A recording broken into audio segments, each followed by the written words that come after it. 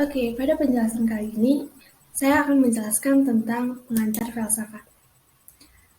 Pengertian dari filsafat adalah kata filsafat itu sendiri berasal dari kata Arab yang berhubungan dengan kata Yunani, yaitu philo yang berarti cinta, ingin dan berusaha mencapai yang diinginkan, sophia yang berarti kebijaksanaan.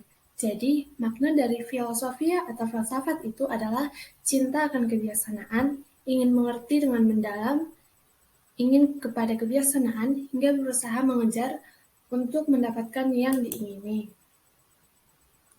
Dalam filsafat, nama tidak selalu sesuai dengan isinya. Contohnya, mata sapi. Untuk orang yang mengerti, maka mata sapi ketika dia disuruh untuk menggoreng mata sapi, dia akan langsung menggoreng telur dengan kuning telur yang utuh gitu ya. Tapi kalau untuk orang yang tidak mengerti, maka dia akan mencari telur dan mata sapi yang asli.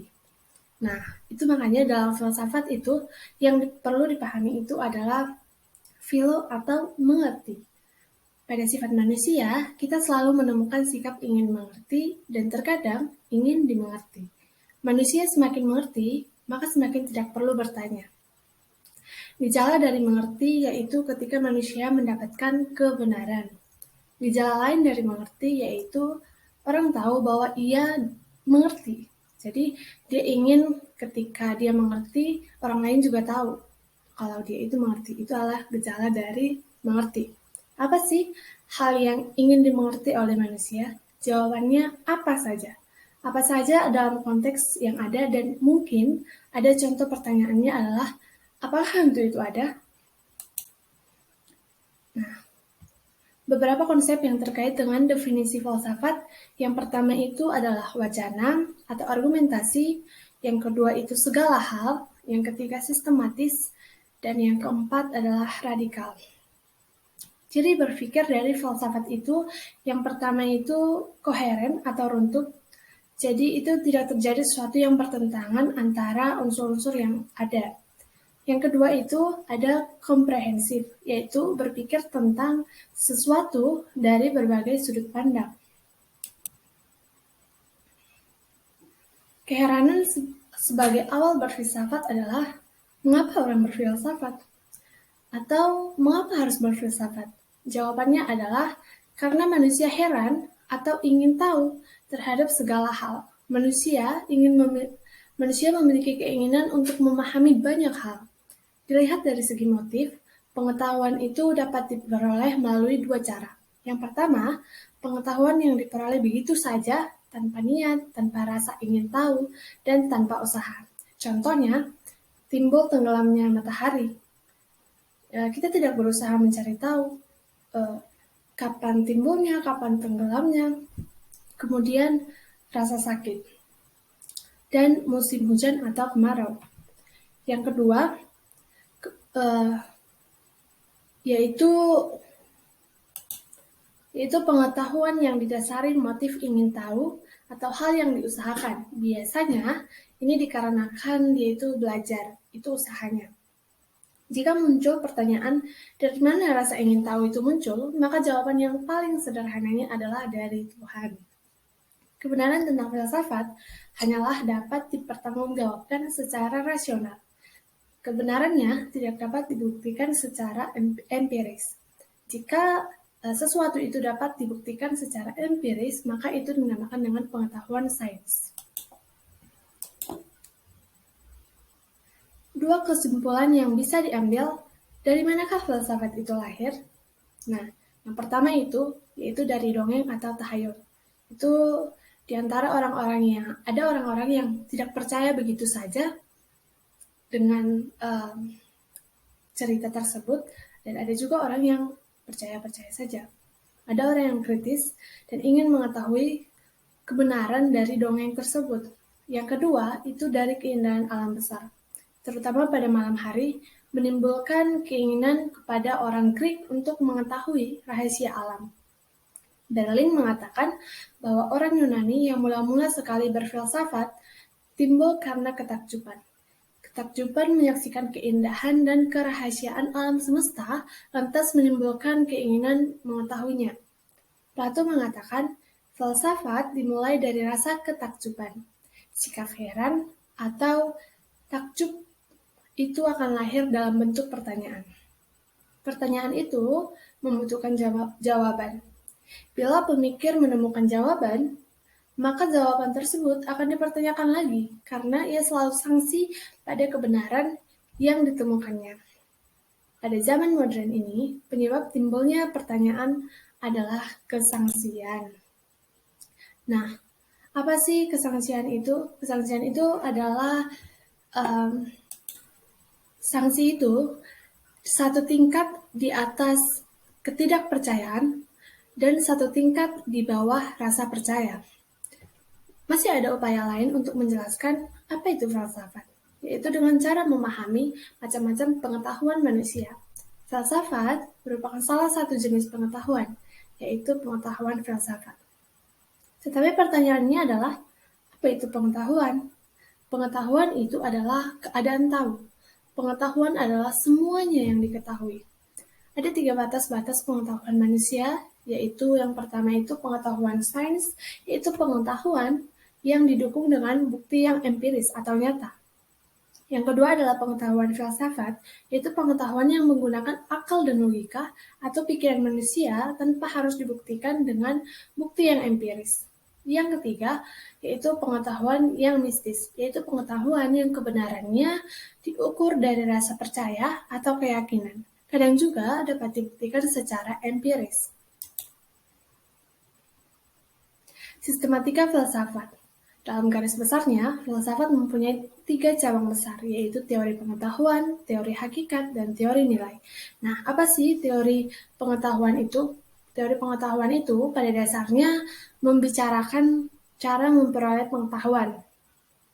Teori hakikat membahas semua objek dan hasilnya ialah pengetahuan filsafat. Teori nilai membicarakan guna pengetahuan tadi. Jadi ketika sudah mencari tahu dasarnya pengetahuan itu, kemudian membahas, maka ini membahas tentang gunanya dari pengetahuan tersebut itu apa. Epistemologi membicarakan sumber pengetahuan dan bagaimana cara memperoleh pengetahuan.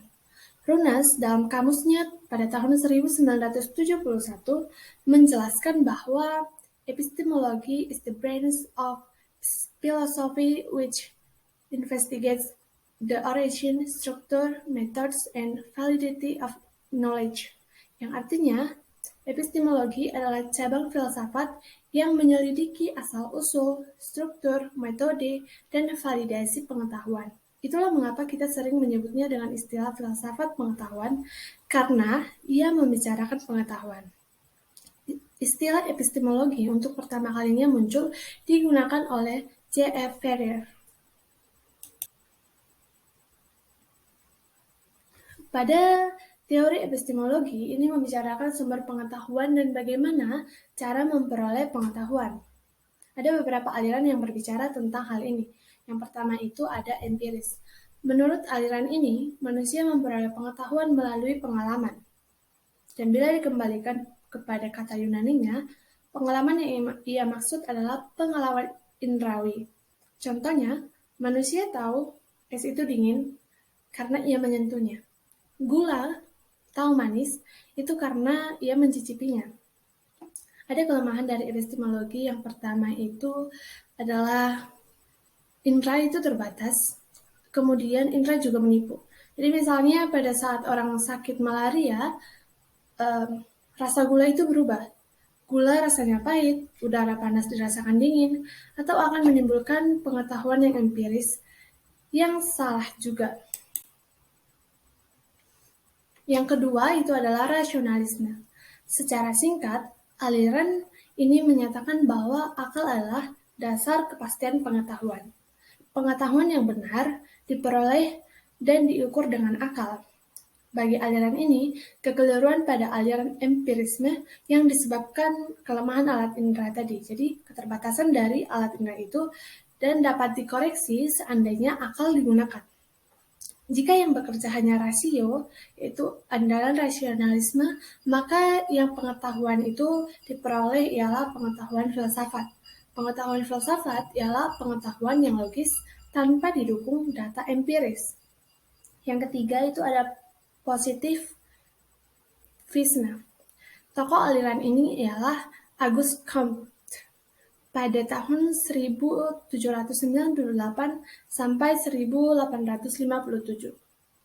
Ia berpendapat bahwa indera itu amat penting dalam memperoleh pengetahuan, tetapi harus dipertajam dengan alat bantu dan diperkuat dengan eksperimen. Jadi pada dasarnya, positifme ini bukanlah suatu aliran yang khas berdiri sendiri. Ia hanya menyempurnakan empirisme dan rasionalisme yang bekerja sama. Dia hanya pelengkap gitu ya, untuk mendapatkan pengetahuan yang utuh. Kemudian yang keempat itu ada intuisionisme. Tokoh Bergson pada tahun 1859 sampai tahun 1941 adalah tokoh dari aliran ini. Ia menganggap tidak hanya indera yang terbatas, akal juga terbatas. Objek-objek yang kita tangkap itu adalah objek yang selalu berubah. Demikian juga Bergson. Jadi pengetahuan kita tentangnya tidak pernah tetap. Akal hanya bisa dipahami suatu objek bila ia mengonsentrasikan dirinya pada objek itu. Jadi dalam hal itu, manusia tidak mengetahui keseluruhan dan tidak juga dapat memahami sifat-sifat yang tetap pada objek. Yang kelima, itu ada ontologi. Objek-objek yang dipikirkan secara mendalam sampai pada hakikatnya dinamakan teori hakikat, dan ada yang menamakannya adalah ontologi. Segala hal yang ada dan mungkin ada, yang boleh juga mencakup pengetahuan dan nilai. Nama lain dari teori hakikat ini adalah teori tentang keadaan. Hakikat ialah realitas, dan realitas itu adalah kenyataan yang sebenarnya. Jadi, hakikat adalah kenyataan yang sebenarnya, keadaan sebenarnya sesuatu, bukan keadaan yang sementara atau keadaan yang menipu, bukan juga keadaan yang berubah.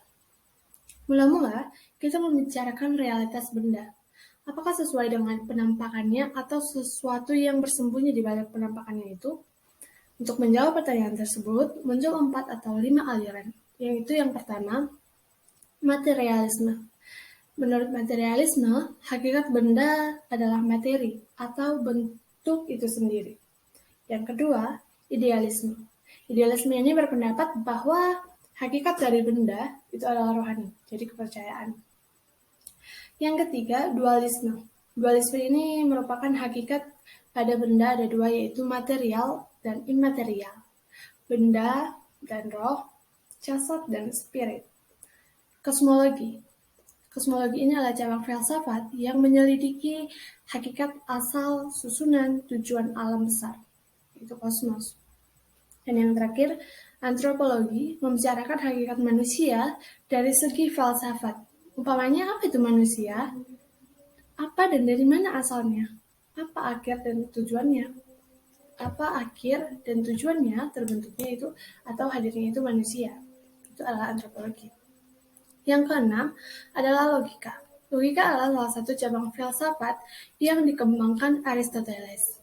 Logika membicarakan norma-norma berpikir agar terbentuknya pengetahuan yang benar. Tugas dari logika ialah membentuk pengetahuan itu menjadi definisi. Sebetulnya bukan lagi bentuk, melainkan memindahkan ke dalam kalimat, menulis, dan mengucapkannya. Ada beberapa pertanyaan mendasar dalam kefilsafatan. Itu yang pertama, ada yang ada atau being. Filsafat merupakan seni pertanyaan yang mempertanyakan apapun tanpa tabu, maupun yang mungkin ada. Yang ada dan mungkin ada. Contohnya, apakah Tuhan itu ada? Teori ini akan mempertanyakan pencarian pembuktian dan dengan proses yang bermacam-macam. Yang kedua itu adalah kenyataan atau reality, yaitu hal yang nyata atau yang benar-benar ada. Ini digunakan untuk merujuk pada istilah status ontologis sesuatu yang menunjukkan keberadaan. Contohnya, apakah takdir itu nyata? Yang ketiga adalah eksistensi, yaitu aliran filsafat yang dianut Jean-Paul Sartre termasuk dalam kelompok eksistensialisme atau aliran filsafat yang bertitik tolak dari eksistensi manusia. Makna dari eksistensi yaitu pahamnya berpusat pada manusia individu yang bertanggung jawab atas kemauannya yang bebas tanpa mengetahui mana yang benar dan mana yang tidak benar. Yang berikutnya adalah esensi. Esensi itu adanya kenyataan, yaitu hakikatnya. Thomas Aquinas adalah seorang filsuf esensi. Esensi, dia mengatakan bahwa esensi adalah adanya apanya sesuatu yang terlepas dari persoalan. Apakah sesuatu itu ada atau tidak? Contohnya, kata esensi melekat pada kata ibadah. Maka akan lahir makna kenyataan sebuah ritual bagi pelakunya, bagi pemeluknya. Yang berikutnya adalah substansi. Dalam filsafat, substansi adalah kelompok yang membangun hal-hal dasar. Substansi adalah materi yang memiliki komposisi dan sifat tertentu. Dalam filsafat pikiran, substansi adalah hal-hal dasar yang darinya dunia tersusun, yaitu ada bumi, udara, api, dan air. Yaitu kandidat substansi di zaman kuno, termasuk itu adalah terutama dalam masa Yunani kuno. Yang berikutnya, materi atau matter. Materialisme adalah paham dalam filsafat yang menyatakan bahwa hal yang dapat dikatakan benar-benar ada adalah materi. Materialisme tidak mengakui entitas-entitas non-material itu seperti roh, hantu, setan, dan malaikat. Dalam materi itu tidak mengakui adanya roh itu. Yang berikutnya itu adalah bentuk. Bentuk luar, penampilan, atau konfigurasi suatu objek yang bertentangan dengan materi pembuatannya. Yang berikutnya adalah change atau perubahan. Dalam dunia filsafat, gagasan tentang perubahan pertama kali dikatakan oleh Heraklitus.